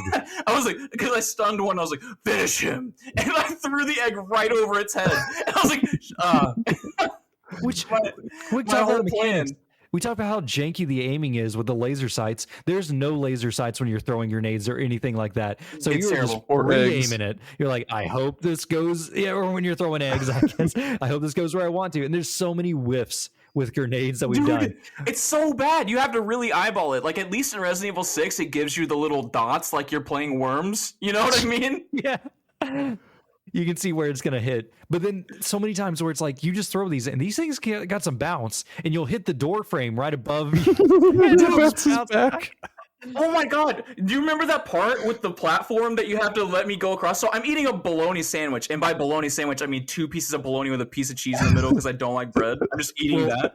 We also established that bologna is the most exotic of the lunch meats at this point. The bologna is the most exotic lunch meat, because of how it's spelled. So I had a grenade. I'm one-handing it, right, with my knee on the left trigger, and I'm eating this. And these two shield guys run up. I throw the grenade, and it just bounces off. I don't know what I expected to happen, but it bounced off the shield and just landed right at my feet. And I'm like, oh no. Oh no, Phillip! And then I just blow up, and I'm like, pull me back, like trying to get revived. Holy fucking shit! All right, so that's the general mechanics of the game, and you can also, when your teammate's dying, you can either you can heal them by spraying them with a Pokemon health potion made out of green herbs or med spray, or sometimes you just give them a little pat on the chest and it makes them feel better. Like, hey, you're gonna be, just walk it off, champ. Walk it off. Yep. Make me proud. Now, kind of more silly things. Is Resident Evil 5 racist? I think we got to clear this up at the top. I think it would be more racist if you went to Africa and they were all white. Wouldn't that be more racist? So it's so weird because I was doing research up on this one. I actually researched this episode, dear listeners, and there are many people that believe this game is racist. Honestly, I don't think it's racist, even though you play as a white guy that comes to Africa from America. To save them. That's a little weird. To save them. At the same time, the locals are being exploited and tested on by other Americans, white. Oh, the fucking dude who it is like, he's like, hey, I get you next time, coppers. See you next time. With the Tommy gun shooting in the air. Like, what the fuck is this guy? I loved him. God, it's pretty cringe. And all the villains are like comic book level evil. And at the end, Chris even calls them out. And he's like, what's wrong, Wesker? Your comic book level villain stuff not working out or something like that. And I'm like, he's literally calling them out. Verbatim what he said. Yeah. He was very stressed out. They were in a volcano. So stupid. Because there our three villains. We have Irving, we have Excella, and we have Wesker. Which we don't know. Excella like the female version of the Microsoft Clippy? No, Excella is the woman in the prom dress, or whatever. That's it's so weird. So running through Africa, neither of us really remembered what was going on in this game. So it's a party going on. So, but we we were wondering what her deal was. We were like, is she like a CEO? Did she like get born into a family? But no, she seems to be directly involved in the science that's happening. She's like the head scientist behind the Ouroboros virus and is like managing the dosage that's going to Wesker. She's like a big deal, but for some reason she's dressed like she's walking down the red carpet as she's like running through the testing facility with Wesker, who looks like he's from the Matrix. Yeah, he looks just like he's so. I fucking love Wesker so much, dude. God, I love Wesker too. Wesker's the best part of this game, for the record. Wesker is the best part of that game. Irving is pretty fucking funny too. He is exactly the exact personification of a comic book bad guy, because he's just he's got the goofy little glasses, and he's got the fucking wise guy New Jersey accent, Excella. Like he's the best too. Yeah, you know who he reminds me of? Just if you've ever seen Oh Brother, Where Art Thou? Do you know that the parts that the recurring character Babyface Nelson that keeps showing up? He is the exact guy. He's like that guy. Babyface Nelson. God. This game is very, I want to say Japanese. Oh, it's pretty Japanese, yeah. It's one of those Japanese interpretations of what they think Americans are like, which is awesome. I'm so glad. I'm humbled, because I can't I'll punch a pebble and I'll have tears in my eyes. I'll be really upset. All right. Very soft. For the record, Resident Evil 5 is not racist, even though... Confirmed scientifically on Gaming Together. We ran a poll. It's fine. For the record. Even though, whatever, we'll get to it. Just going through, I guess let's talk about what we actually do in this game. Shiva is trying to save her people, the infected. They are, quote, Shiva's people, but we disrespect the locals and their customs by robbing them, killing them, smashing on their belongings, and destroying their temples and workplaces. And we steal all of their artifacts and sell them. We steal all their artifacts and sell them so we can buy guns to kill them with. Maybe this game is racist. I don't know. I mean, I'm talking myself back in. So chapter 1, Chris and Shiva, Boy Scouts of America agents, go after Irving, the oil man turned bioweapon terrorist traitor. We discover the village is infected with Majini, the infected, and the team kills them, and we find a picture of Jill. Dun dun dun. Who's Jill? Jill, because this is weird because we saw like flashes. Like I'm like, whoa, Nave, is this like Resident Evil spinoff game? Because I know it's on 1 through 3, and we're seeing clips from game. And he's like, no. This didn't happen in the game. I don't think it happened in the game. I'm like, oh my god, it's Zero Suit Samus. That's what I was thinking. I'm like, this had to be like Resident Evil 0 something, Resident Evil Alex and Thomas go to the moon, something like a spinoff Resident Evil that I never played. But no, the clips are actually from the Lost in Nightmares prequel story that's also in the game. Okay. I don't think I've ever played that then. It's really good. We'll talk about it later. But it's basically like we see Jill and Wesker. Wesker is going full Matrix. He's like down everyone. He moves like the Twilight vampires. I don't know if you guys have seen Twilight, where he is just faster and better than every human. And it doesn't make sense why he ever loses. Well, yeah, how can he ever lose? He is so much faster than he gets pushed over by Jill, who is just a regular lady in the military, right? No, she's like not she is like a regular Japanese lady, or like linked to Japan. Like because we were looking at me and Jana were playing Danganronpa 3 the other day, and we're like, oh, you can see their body types on record, and it's like, oh, these girls are like 92 pounds. And then Wesker, who is effectively God. Yeah, Wesker, who is taller than Chris. For the record. And also for the record, when you fight him, you can shoot an RPG from behind him and he will dodge it, but he didn't see this lady going, chase you running up after him about to like football tackle him. Couldn't he catch a rocket coming? Couldn't he like catch a rocket coming right at him too? Yes, he catches rockets. Yeah, okay. Oh, I gotta look this up now. How much does Wesker weigh? All right, Wesker is 200 pounds and he's 6'2". Oh my god. Yeah. Jill is 5'5", and she weighs 120 pounds. Holy shit. And she pushes him out of the window. Pushes him out of window. By the way, also, this is the 15th, by the way, in this one conversation. He is holding Chris. He is holding him, so that is more than just Wesker's weight. He is holding Chris, so she pushed him. Like, that has to be in the math, right? I don't know. I gotta look at. He's like choking Chris up in the air. Like that's why she tackled him because she. Okay, Chris weighs 220 pounds apparently. Holy shit! He's a big She boy. Dislodged him. He is a big fella. She is strong. So, our disbelief is now. He's suspended or whatever. Like, what are you talking about? The game where you have a fucking 28-minute long boss fight in the middle of an active volcano is unrealistic. Okay, whatever. So this girl, she tackles him out of a spooky Frankenstein building and falls into like, an abyss. And we're like, well, yeah, Wesker's definitely dead. And so's Jill. Skip to this game. And we're like, what? Jill's alive? Oh my God. This photo looks recent. And so with the help of, into chapter 2, with the help of Josh, we search the mines to find Irving. And we find an unknown plague doctor, female, is rescuing Irving and helping him along. Bum, bum, bum. Who is this masked character that just showed up now that we know Jill's still alive? I don't know. Don't recognize him. It's Jill, but we don't know that at this point. Ooh.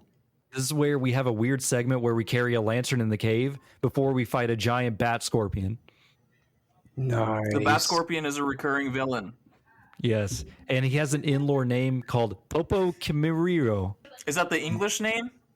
No, that's the name listed on the Wikipedia article. Because he has his own wiki. All right, this is also the segment where we drive the Humvee section on rails, and we shoot down 500 dirt bikes, all the dirt bikes in Africa. And every single one was collected in this one village to be destroyed by us. And then we kill like a Titan, like the... what was it called? El Gigante from the fourth game. Yeah, shows up. He's just cameo appearance. I don't know why he's here or what, but we fight him. And I remember this part being very hard on veteran difficulty because there's guys throwing fire bottles at you on the side. And all it takes is like one fire bottle to hit you and you will just burn to death on veteran difficulty. I remember that. Yep, it sucks. Chapter 3, we go into the marshlands to look for Irving's oil fields. This is where we first encounter the tribes, which wear masks and are loincloths. And when we first see them, we see them feed a Boy Scouts of America member to a giant gator. And then we're like, oh no, there's some gators in this water. Which I want to highlight at this point. I think gators are really cool. Gators are fucking tight, man. I love what an awesome enemy. Gators. Like when you're in the water and then you just see 2 eyeballs pop up and you're just like, oh fuck. Oh no. Again. Gators are fucking cool. Like, and they're like giant. Like Resident Evil is known for their giant animals. It was even like Resident Evil 1. I think you fight like a shark or something. Dude, there is in Resident Evil Code Veronica, I think, or no, it's Outbreak Files 2 on the PlayStation 2. I'm so deep in the lore right now, but there's a whole level where you're in a zoo and you have to fight a giant zombie elephant and shit. It's so cool. Nice. But when we were in the we were in gate-infested waters, and we went on a full-on gator genocide before we realized they just kept respawning. There's so many gators. You can get some good shit from those gators too. I remember they dropped like gemstones and like rings and shit too. Like that was pretty cool. We didn't get anything. I don't know if that was patched or something, but we didn't get jack shit. They didn't have any drops because I feel like they used to get drops too, which we didn't highlight. You do rob them. You rob the locals so that you can spend it on money to upgrade your guns. This is something you are like, it's like Luigi's Mansion when gold is just like falling out of the walls and stuff like that. That you are actively searching for treasure all the time because every piece of treasure you get, every semiconductor that you can rip from the walls and sell to a vendor gives you +1 damage. So the next zombie you hit will die slightly faster. And some of these bosses are so damn bullet spongy, it matters. Goddamn capitalism. Spread it everywhere. We blow up the refinery, basically, devastating the region economically. Yeah. And we find Irving on a boat and we catch up to him. And Irving uses some drugs and becomes a Kraken. Oh yeah. And then the turrets. And we fight the Kraken. And the turrets on the with grenade launching turrets and dude, he turns into so it's like he is a human, he falls into the water, and then he is still like a dangling human on this little testicle in the mouth, but a giant fucking Godzilla creature is on the back of him. I'm like, where did this come from? Not to mention, I think the boat is still moving at this point. Yes. I don't know who's driving the boat. I assume it's some tribesmen. They look in the rearview mirror and they see him, and they're like, "I don't get paid enough for this," and they just keep driving. It's not my job. Yeah, someone's driving the boat, and so at the same time, we are being chased by the Kraken and using machine gun turrets mounted on this boat. I don't know why. Thank God. Thank God there were turrets though, and we are just gunning down this Kraken. Eventually, we kill it, and I think he has like some cheesy line he says where he's like, "You don't even know, Chris. You don't know the secret," or something like that. Don't go into the cave over there. We're going right now over there. I don't know why he turned into fucking Fat Albert in the middle of that spoilers. Next chapter, we go into the ancient village, which has the cave and the pyramid in it, and man, AKA like one of the worst part of the games. It is terrible because there's like laser puzzles that'll kill you like the Hammer of Dawn. There's trap bridges. One which Nave killed me on multiple times. Dude. I was like, I gotta hold this drawbridge open so that you can walk across, and then he just like instantly drops in the second. Why do they give you the ability to let go of it? Like why? That's so obviously there to kill your friend. Is that the? There's multiple Scooby-Doo traps. Is it? Is that the same one with like? I remember there being a mirror puzzle where you had to like reflect the laser beam, and if your teammate wasn't, the lasers in. If your teammate wasn't hiding and you didn't let them know, you would just fucking kill them and have to restart from the checkpoint. Like, why weren't you hiding already, you dumb son of a bitch? No, it's even like better. 20 times. It's even better because like when you're turning the mirror, if they like it touches you for a millisecond and you just get an instant lobotomy and die. Like and there are mirrors everywhere. So it's like a disco fucking rave whenever you fucking turn the mirror because it's fucking shooting all over the goddamn room. And there's only so many spots you can be standing where you don't get instantly fucking assassinated. So it's like I don't know what the fucking I thought it was safe behind, like a little bit behind Nave, but as he turned it, it like barely glinted off of the edge of another mirror and just did like a Star Wars, pew, and just lasered like straight through me, instantly killing me. And I'm like, why Nave? Why?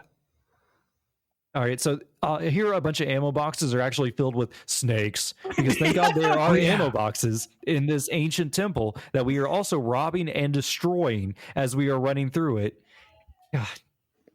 This is where it gets really starting to be like unbelievable. But it's also like there is this entire puzzle, which all of these puzzles are all air quotes puzzles. Like it's more like you just keep hitting the buttons until it's fixed or solved or whatever. And so there's a puzzle where there are multiple staircases that you raise and lower, and you have to keep pulling these stupid little pulley things. And I'm just like, what was it like to live in this fucking African Aztec temple, right? It's like, what was it like living here and being like, all right, time to go to work, and you have to pull 15 different stone slabs in order to go to fucking the office? Like, this is where Resident Evil always explodes in my fucking brain. Whenever we played Resident Evil 6, I lost my goddamn mind in the submarine when I realized that everything was fucking topsy-turvy. Instead of, it's like there's a what was it, a hole on the ground, but then the holes were on the walls, and they were just everywhere. They were just like putting everywhere, like wherever it looked cool, where there was an empty spot. That's just like this in this game as well.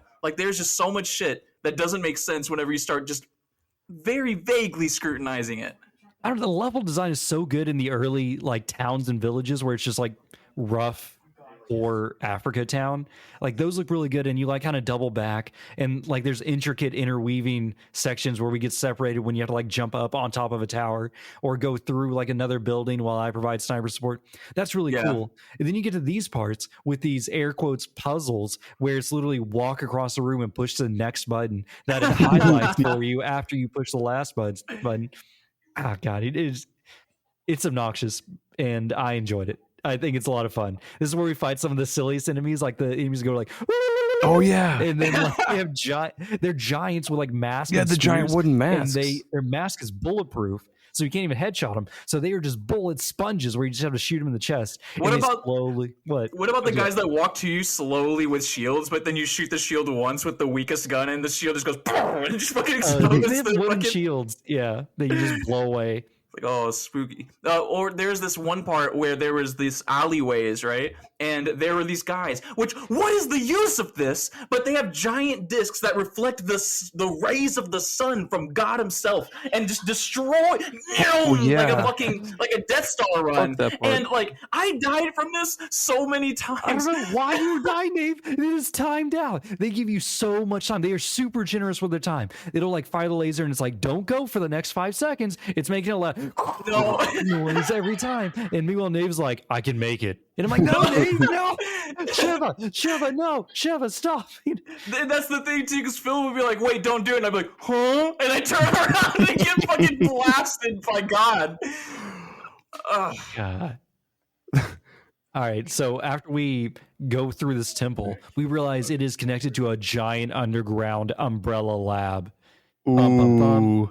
Yeah, with clones everywhere, and it looks like the Stanley Parable with the monitors, but it's just a bunch of clones. God, this is where Chris has a quote here that I specifically put in there because this whole time Tricell has been basically supposed to be like operating in the area, and they're supposed to be helping people that are like giving them vaccines and stuff. Turns out Tricell is just a cover for the Umbrella Corporation. What? And once we discovered that, Chris literally says, what does this mean for Africa? What does this mean for Africa? I'm like, Chris, are you kidding me? What is happening? So, because, like, for one, we know about Raccoon City. That was one city, and they ended up nuking it in all of America. For the record, the continental U.S. is 3 million miles. I looked this up. 3 million miles and some change. Continental Africa is 30 million miles of area of space. That's like twice as much. It's more than twice. And we are in one town in Africa. One tribe or one marshlands right down the street where people are all working. Like, this is all supposed to be one geographic area that we are exploring. And Chris is like, all of Africa is at risk. I'm not a superhero. Meanwhile, Chef is like, I got to help my people. What a fucking goober. Is everyone just an idiot? Dude, but that's the thing. Before you go after guy, I can't remember his fucking name. Irving, yeah. Whenever you go after him, they're radioing in. They're like, we need backup, and they're like, no, we need to leave, and they're like, no, you got to go after them. They're like, we're just 2 fucking dudes. What? Like, you want to go after the whole goddamn fucking mafia, the African mafia? Like, that's what we're gonna do with the zombies and shit and the dogs.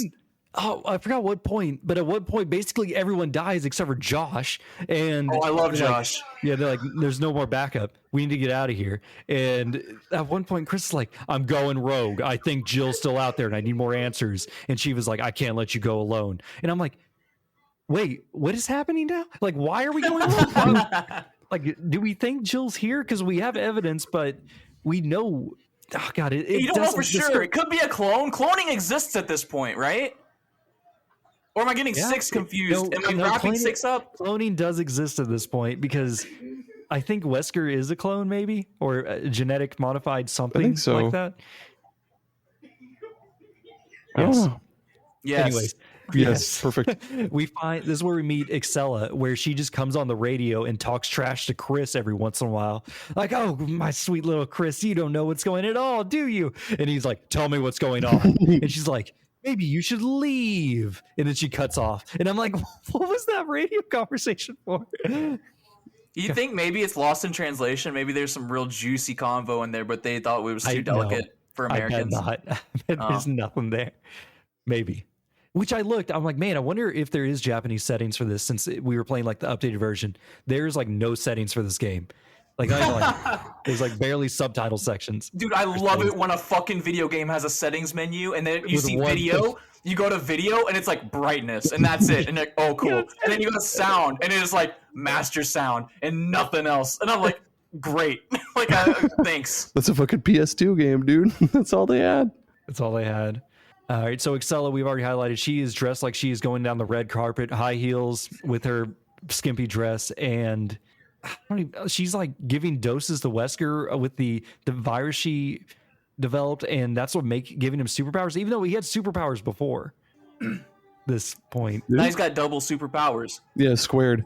So power squared.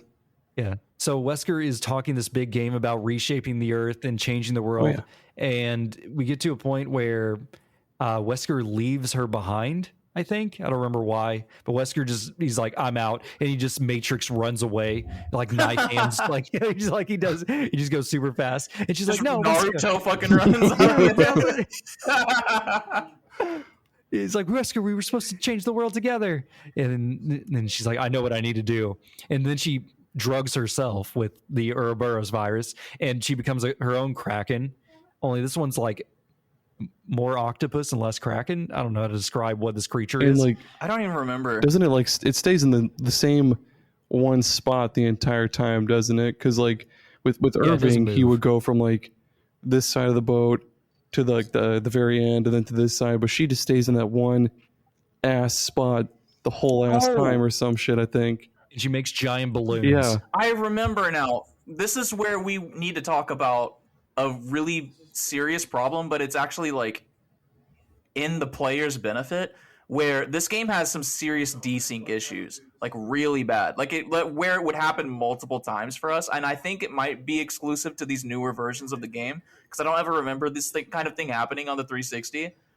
But in this boss fight, this is just one example. This happened to us repeatedly, but in this one boss fight, all of the enemies completely ignored me. So I just stood in the middle of the map shooting everything while Phillip ran in circles trying to survive, and I soloed the boss essentially. While Phillip every time he got a chance to attack, which was hardly ever because everything was aggroed onto him, he would be able to shoot a couple of the things. But I was just like massacring this boss, and luckily I had 1 billion bullets because I was hoarding everything and only using the stun baton. So it ended up working out. But then, like, a little bit later, we desynced again, and there were, like, 15 enemies that Phillip was fighting that I couldn't even see, so it looked like he was just wrestling with his demons. But I couldn't help him, so I just left. And then Phil was like, why are you running past everyone? I'm like, dude, if I don't even know what the fuck's happening right now. I have my own enemies that he can't see. It's like, I don't know what the fuck's going on. Very strange. All right, so we defeat Excella, and then we ride a boat or a helicopter. I don't remember. Oh, we chase Wesker to a launch pad. That's it. Into a fucking stealth bomber with like a fucking nuke and shit. I don't know what the fuck's going on. Oh, I completely skipped over the part where we meet Jill. So we find the... We go from the pyramids place to back into the research facility, then back into the pyramids. So it's like, in case you thought we were done with this fucking place, this awful, terrible place. And we go back in there, and we get into a fight with the plague doctor, and we get some awesome like gun fu type fighting in these segments.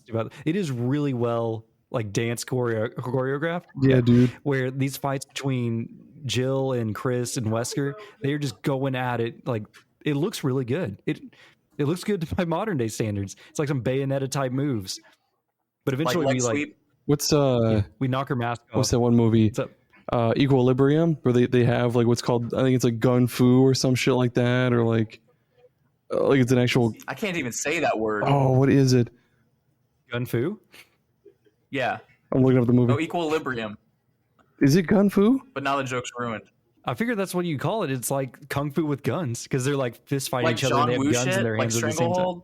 Yeah, like Yeah, Stranglehold. that's basically all they're Or the doing. It's Matrix. like they're just they're fighting with the gun, but they're not shooting it. They're just like like just fighting with it, dude. I can't think of what the name is of. But So eventually, Jill gets revealed, and she has a giant bug on her chest. We then have to get in a fight with Wesker and Jill at the same time. You can't kill Jill or you lose. Meanwhile, Nave instantly pulls out a shotgun and blows her brains all across the floor. I had to solve the problem. There was an issue, and I solved it by fucking obliterating Jill. Yeah. So we eventually fight Wesker, and I think he just gets tired of fighting us and leaves. Yeah. Well, no, at the beginning of the fight, he's like, I only have 7 minutes to do this Yeah. fight, so we better make it quick. He like says something like that into his phone. Okay. And then he gets a phone call, and he's like, all right, I'm fucking out of here. yeah. There's so many points when Wesker could kill us, and he just Yes. doesn't. Hey man, I'm your You Uber. gotta crazy try not to- to think about it too hard, or you're gonna get mad. God. So Wesker leaves. Naruto runs out of there super Yeah. fast. And we're just left with Jill. And Jill's like, under mind control by this giant bug on her chest. We then have to take turns beating the crap out of her while we try to rip the bug off of her. Like How you did do like not the die from blunt force trauma for like we are like suplexing her into the fucking concrete and shit. Yeah. This is actually a really cool alternative boss fight, I guess, because it's not just shoot the bad guy. This is like don't shoot the bad guy, but do something different to win the fight. I really Well, that's like the thing too, because like you can shoot the little diamond on her chest or whatever it is, and that's what I thought we had to do. But you can just so one person can grab her from behind, and then the other person just wrestles with her at the fucking in the front. But I was shooting the thing on the chest, so we ended up failing this like 15 times because I would just miss too many shots and kill and shoot her in the head. Yeah. Yeah, I would shoot her in the head sometimes. So, and it's funnier too because I would like I got the shot and I just take a shot and shoot her right in the fucking cheekbone. Like, oh fuck, oops, sorry, Jill. So it turns out Jill's alive. We free her, and she's like, "Chris, thanks for rescuing me." And he's like, "I can't lose another teammate," or something like that. Whatever. Josh shows up, and this is where the Desperate Escape DLC happens, where you can play as Jill and Josh as they escape this facility. We didn't play it, for the record. This sounds cool though. Is it? I don't. Does it? I think I played it, but I was not. I don't remember it being good. Does it completely take place in this temple? Because that sounds like agony. I assume you go back to the facility, and it probably ends with you getting the helicopter and flying to the end to pick up Chris and Sheva at the volcano. Ah, continuity. Yeah, because I remember even at the volcano, I even said, "What's Josh doing here?" as a helicopter comes flying. All right, then we catch up with Wesker after going through more facility of basically riding elevators for 20 minutes. I think there's a storage container or boat or something. I don't remember. It doesn't matter. There's the stealth Boat. bomber. We fight Wesker again where we have to fire missiles at him till we can eventually grab him and stab him with more doses of his drug, and apparently make some unstable and make some big spaghetti monster, a creepypasta, if you will. Yeah. Spaghetti monster creepypasta. I can't believe So- that only just now came up. Yeah, because every time we saw one of these spaghetti monsters, we would call them creepypastas. A lot of creepypastas. Yeah. So Wesker is like really strong, and he's like picking up missiles and throwing at us. He still doesn't kill us. Yeah, He he literally grabs a missile and he's like, "Go long, Chris," and he fucking totally fucking decides like what? This guy was holding Chris multiple times by his throat, can pick up a missile, doesn't just like it just takes like just torque your It's hand so a little crazy. bit. It's like thinking about I don't know, like maybe like Marvel power levels or something like that. Like this, it's like Chris is Hawkeye, and meanwhile we have this guy that's like 20 Captain Americas, and he's still this little. It's crazy. Anyways, He's like Wesker, Captain America mixed with the Green Goblin and Batman, and he's bigger. He's better than Spider-Man. Like he's just crazy powerful, and we just whatever. Anyways, he takes off in the stealth bomber, and he's like, "I have enough perhaps to saturate all of Africa or something." Like I'm gonna infect the world. And we're like, okay, he says, what does he say? A total global saturation. Oh, yeah. And then he jumps after you. You see with the accent, total global saturation or whatever the fuck. He's like Australian or some shit. And then he does the hiss that Butters does in the fuck. You know the episode of South Park when he turns into a vampire. Yeah. He goes, and he fucking does that. Yeah, he does the exact thing. God, I love that though. When I saw that scene for the first time when we were replaying it, I had like. That is burned in my brain, and I didn't know where it was from, but I think about it like every now and then. Just that of him staring at Chris. And then we went through this. Oh, like how many times did we fail this? Because like 5 times. You have a quick time event where you inside the airplane, and we failed it so many times. The first time it was funny because he's like, and then he instantly jumps over and he sticks his hand through the backbone of Shiva, just instantly like stabbing him to death. And I'm like, oh, there's a quick time event. And the next time, like we just kept failing quick time events, and there's so many points where it's like he jumps on the ceiling and I have to press X to shoot him, and I'm like, oh crap, it's an X, and I miss, and he just jumps down and snaps my neck, and I'm like, oh, you could have done that at any other point in the game. But here's the funny thing, right? Whenever you're going through cutscenes, you can both of you press the back button, and then it skips the cutscene. But if the cutscene has a QuickTime event, it skips to the QuickTime event, and then once you're done with the QuickTime event, you can press back again to skip to the next QuickTime event. It is so strange. It's very jarring because we were just like so schizophrenic. And we memorized the QuickTime events because there's like 7 in a row. And so we were just pre-mashing them and then mashing the back button at the same time. So we would jump to and be like, jump. And he's just like, it's like jumping around. And we're doing these awesome kung fu moves while falling in a crashing stealth bomber. It's like, you know how when you go to a podcast catcher, it has the 15-second skip forward, but for a video game, you're just like fast forwarding a little bit to get through the cringe part. That's what it is. And then finally, Shiva is hanging on the back of the plane with Wesker hanging on her boot. He going, all evil and stuff. And Chris has one last flashback where he sees Jill and he's like, no, I can't lose again. And then Shiva like nods and then lets go. Because of course we've seen him fall out of like a 20-story castle into a raging water canyon or whatever beneath in the flashback. Obviously falling from the airplane will kill him. I mean, they're fucking only fighting Naruto himself. Like, I don't like. He's an edgy boy. Well, that's the thing. It's like one punch from that dude is like, how strong must that be? I feel like he could just break Shiva's ankle if he just squeezed when he was. Like it feels like you would fucking spin your head around your fucking shoulders like it's The Exorcist. Anyways, Shiva makes the ultimate sacrifice and lets go, and Chris says no way and reaches out to grab her hands. And of course, the first time we did this, Nave did not press the button to grab my hand, and so he just falls out of the back of the plane and it's game over.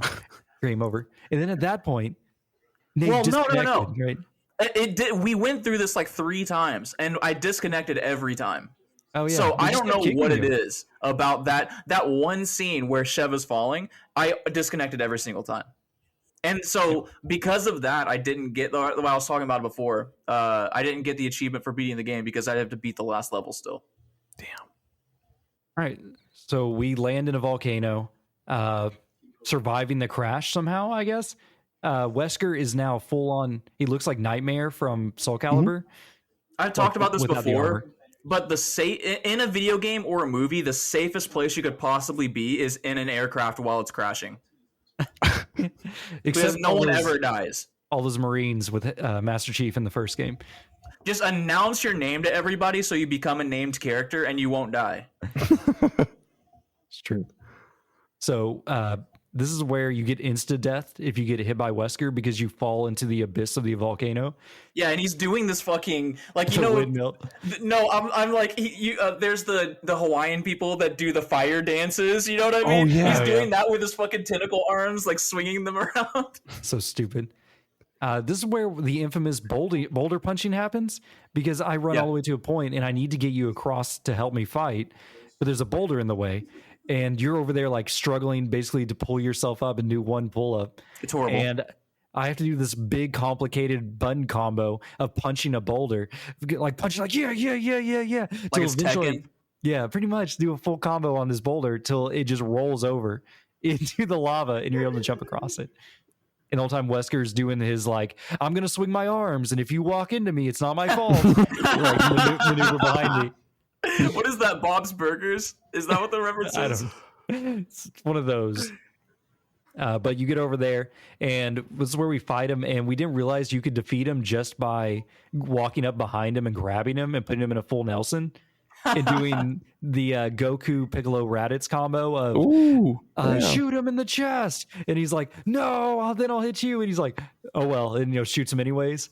Yeah, so when Phillip did this, Phillip jumped on his back, and Phil was like, shoot him in the chest, shoot him. And then I pull out the RPG that I've been saving, and I blow them both up. And Phillip goes into a down state right before the cutscene starts, right? Like, I killed you right at the end.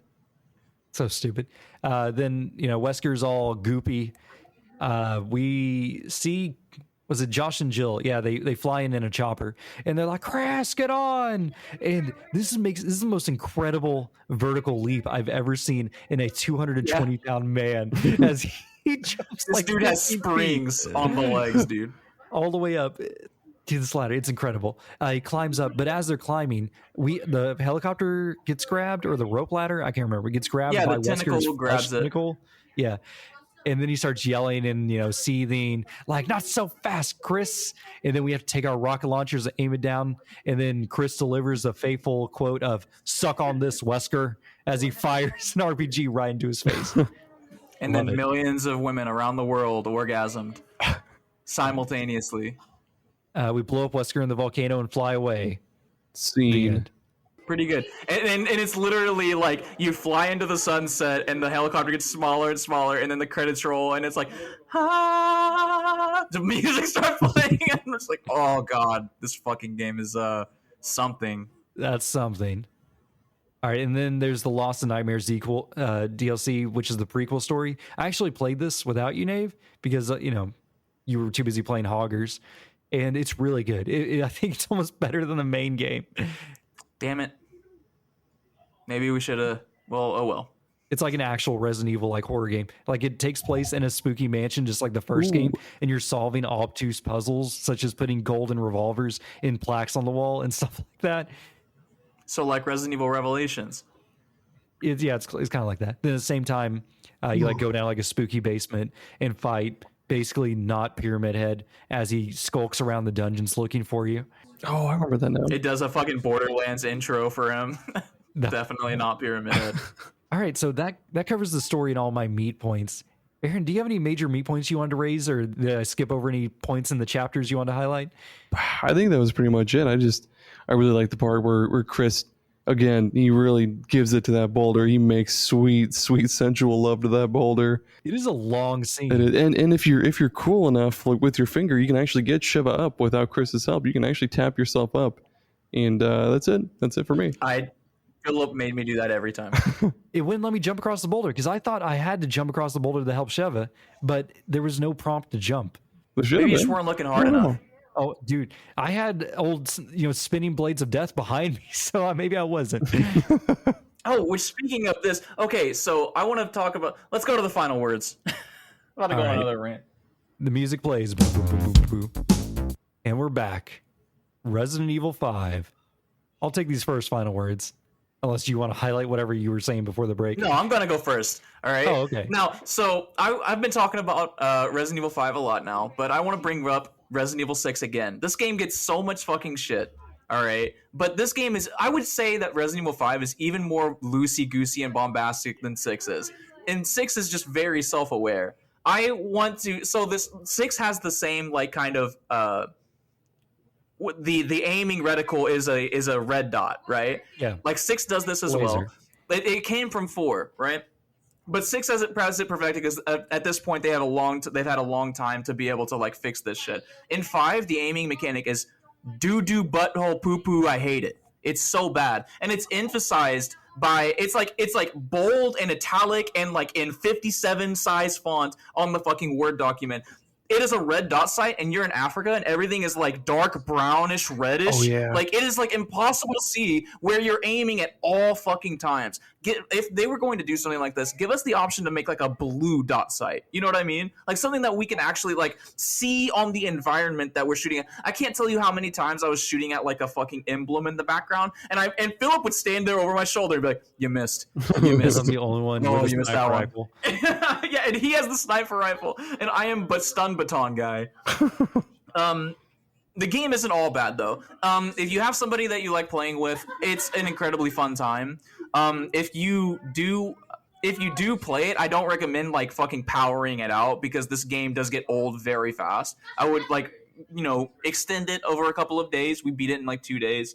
But there's a lot of good shenanigans to be had. There's a lot of ways to team kill your buddy. You can turn friendly fire off, but you can still put landmines down and like have them blow up next to your sniper friend and stuff like that. Or like whenever I see a red barrel and Phillip runs by it, like the fucking imbecile that he is because he knows what I'm gonna do. And then I shoot him, and he turns around and he's like, "Oh, Nave, why did you do that? My health bar." And I'm like, "What happened? I didn't do anything." You know what I mean? Like it's like there's still a bunch of goofy shit like that. And also this game does introduce, I'm pretty sure this is the game that introduces Mercenaries mode, and Mercenaries mode fucking rules.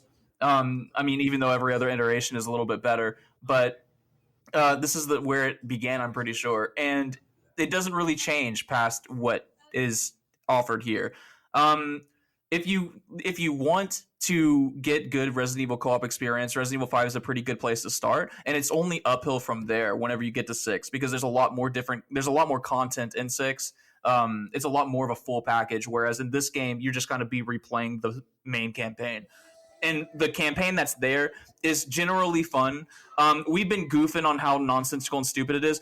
It's Resident Evil. I get it. This whole series is nonsensical and stupid, and that's why we love it. I'm a Yakuza fanboy, so I mean, I completely understand. I'm just being a goof ass. I'm just being angry for entertainment's sake. But it's gonna be a medium recommend from me.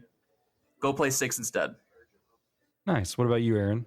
I'd say roughly about the same thing too. The game is very goofy and nonsensical and fucking dumb at times, but yeah, it's fun to play. And when you do finish the whole campaign and everything, and you do get the Mercenaries mode, that shit is very, very replayable because there's all sorts of different unlockable characters, and you can unlock, including Wesker. Yeah, I think so. Which you get to use as Naruto run in. Yep. The Mercenaries mode. It drains your health, but you go so fast. In this newer version, the remaster for Xbox One and PS4, most of the characters are already unlocked, so you don't have to go through all the other stuff. You can play like Rebecca Chambers from Resident Evil 0 and stuff like that. It's really cool, and everybody has their own unique loadout, so they have different weapons and stuff like that. So you get to play how you want. Oh yeah. Which we didn't talk about. You start out with 2 skins unlocked, and you can unlock more as you play through the game. You start out with Warriors, Chris, which is a reference to Mad Max, probably. Yeah, it looks like Mad Max, and Business Shiva, who kind of looks like what's her name from Resident Evil 4. Yeah, and it was funny because like you didn't even know that these were on, and then right after the first cutscene ended, it cut over to Warriors Chris, which doesn't have a shirt on. BDSM gear with his titties out and everything. Chris's big voluptuous breastises. And I just started. He's got sunglasses, and I'm just laughing because I did not expect the camera to turn to that. I mean, there's not. For my final words, I would say this game is definitely going to be recommended for me. There are better Resident Evil co-op experiences. I would even say like Revelations 2. Or 6 even. Like me and Jana started a playthrough of Resident Evil 5 together as co-op, and when I was playing it with her, I was like, man, I wish we were just playing 6 or Revelations 2 at this point. Like, I don't know. This one is definitely of its time, which is that kind of weird 360 jank. Yeah, which is, it's a breath of fresh air sometimes. Fun, but it's also older. I'd play 6, honestly. Can't beat 6. Did Aaron finish his final words? I don't know. I think I ran him over. Did you say not recommend or recommend? No, I'd say recommend for sure. And then I was going to add that with 6, you can't beat Jake's like hand-to-hand combat combo bullshit. The shit's pretty cool. Recommend. Dude, the melee combat in 6 is just peak. I tried to melee combat the same in 5, and it just doesn't You work. can't. No. You do get to combo with your friend, with your teammate, but like it's only one each, and then that's over. You could turn Resident Evil 6 into fucking Street Fighter. Like, it's ridiculous. Resident Evil 6 has a Dark Souls invasion mode where you can turn into the random normal zombies and just harass people. And like, dude, and Resident Evil 6 is co-op. Okay, I'm going on for a second. It's 2-player co-op just like this game, but there are multiple campaigns, and then all of the campaigns intersect with each other at some point, and so it turns into 4-player co-op boss battle mode where you don't communicate with the other 2 people. You're like playing with your buddy, and your 2 other random people are like in their own universe doing their own thing. It's fucking awesome. It's really cool. All right, and with that, Aaron, once again, you're from the Superpod Saga. I want to thank you for coming out to Gaming Together. Indeed. Yeah, it was a fun time. I enjoyed being here. I'll definitely be here again sometime soon. Or not, yeah, soon. Which, speaking of sometime soon, Nave, what are we playing next week? I think we're playing Hot Wheels next week. Yeah, we're playing Hot Wheels. Nice. I'm not looking forward to this one. Yeah, don't let Phillip's downtrodden demeanor fool you. He loves this game. I love kart racers. This game is not sitting well with me. I'm going to play a lot more until we, talk about it. Probably more by myself than I will with you co-op. But I don't know. I'm not excited for this one. It'll be okay. You made me play some worse game. I don't know about that. But thanks for joining us this week, co-partner. How about joining us next week as we can punch some boulders together? Come on! Goodbye.